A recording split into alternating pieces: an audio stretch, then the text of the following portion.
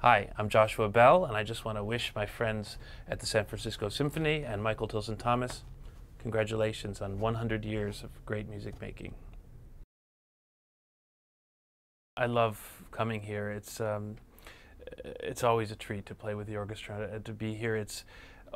And it's fun coming back, again and again. I get to know the orchestra, they become friends, and the audience as well. Because after every concert, I go out and sign CDs and meet the audience, and I'm seeing the same people over and over again. I get to be. It's always like, hey, nice to see you again. You're so nice to come back again, and you start to know the audience as well as. And it's a nice feeling when you walk on stage, and you kind of feel like they know you, already. I've always enjoyed exploring other kinds of music.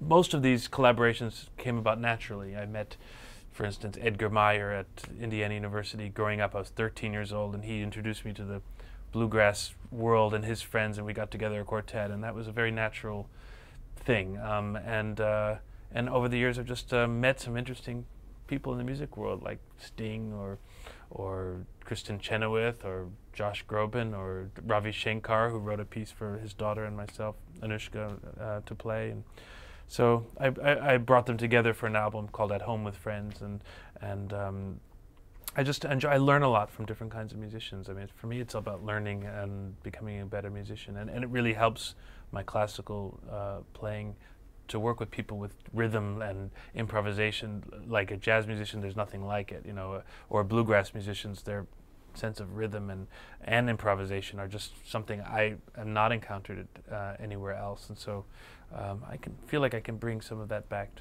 to the classical playing.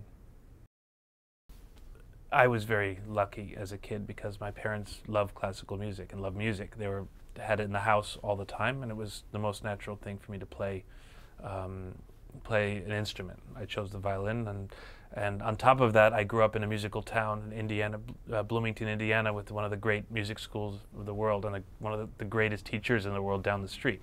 So I was very lucky, but many kids don't have such luck. They may be going to a school where there's no music at all. Certainly, or parents that don't hold that as a value. And so I think it's so important.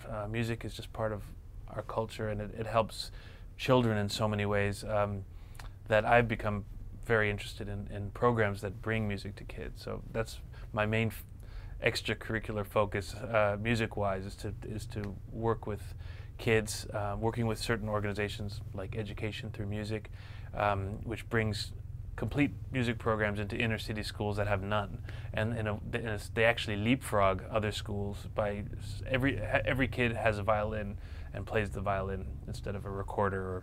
Or actually, I prefer the violin.